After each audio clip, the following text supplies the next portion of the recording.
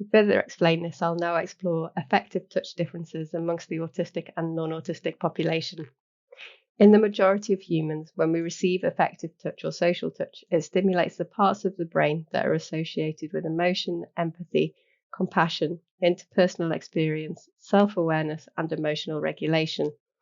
In addition, it stimulates the part of the brain that is associated with making decisions based on our enjoyment or reward from the experience. In contrast to discriminative touch, which is primarily processed in the somatosensory cortex, which is associated with functional outcomes such as making functional movement.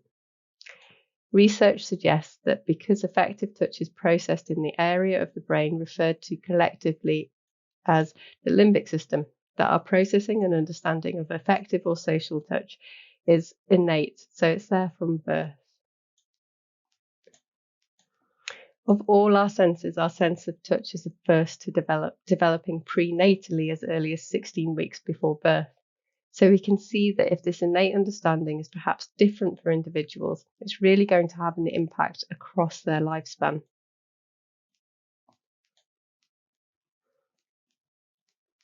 Recent research has found that common amongst autistic individuals is that the social and emotional regions of the brain are not stimulated as much by affective or social touch compared to non-autistic individuals. It's therefore hypothesized that the way that we respond to touch will be different. The research would make sense of my experience of the world and the perception of my world from my partner's perspective. So when we discussed the first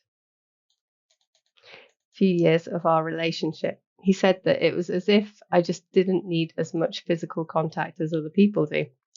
I guess social touch just wasn't activating the reward or the pleasure part of my brain like it does for most people. Because I wasn't getting the reward that other people get, there was not as much incentive for me to seek and initiate contact with others. And my response to others touching me probably didn't give the signals to others that touch would be welcomed or received well. But why is that the case? To understand a further way that my brain processes touch differently to most non-autistic brains, I'd like to discuss what we've learned from the theory of predictive coding.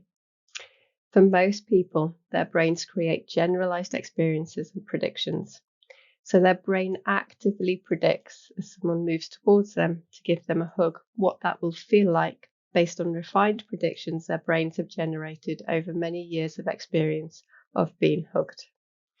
To an extent, their subsequent experience is what they predict, as opposed to the specific detailed sensory perception of the experience in the moment.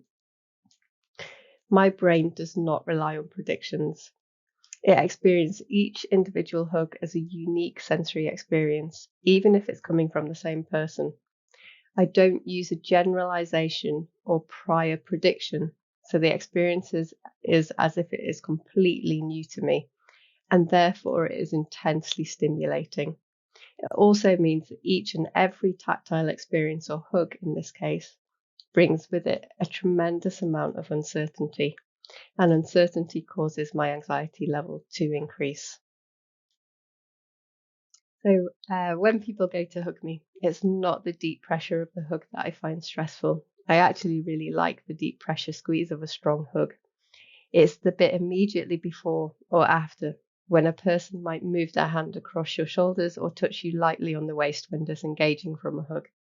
These types of touch that are light and create movement over the surface of my skin, I experience with great intensity, to the point that it can be overwhelming and even slightly painful. By contrast, the greater predictability and uniformity of pressure from a really firm hug can be regulating for me. The problem with most people's hugs is that they tend to be a combination of both unless they're really skilled at hugging me. This aversion and response to affective touch, I would suggest, impacts greatly on attachment and connectedness or bonding, particularly with primary caregivers.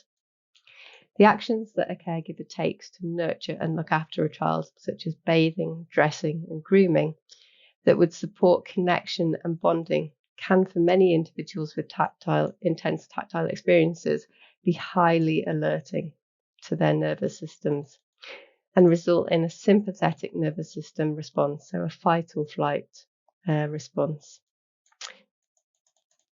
In addition, the actions that caregivers typically take to try and comfort a child that is upset, such as gentle stroking, gentle hugs, and using close proximity, could be alerting for a child that experiences tactile input really intensively, resulting in the child trying to pull away from the contact and reducing the capacity to then engage in co-regulation with their caregiver. Without understanding that it's tactile sensation that the child is pulling away from, this can lead to a sense of rejection for the parent. And the parent may also struggle with being able to regulate themselves in the presence of the child as they struggle to calm or comfort them. This has a real impact on our very early experiences of co-regulation. And without this solid foundation, the ability to engage in co-regulation across the lifespan can be really impacted.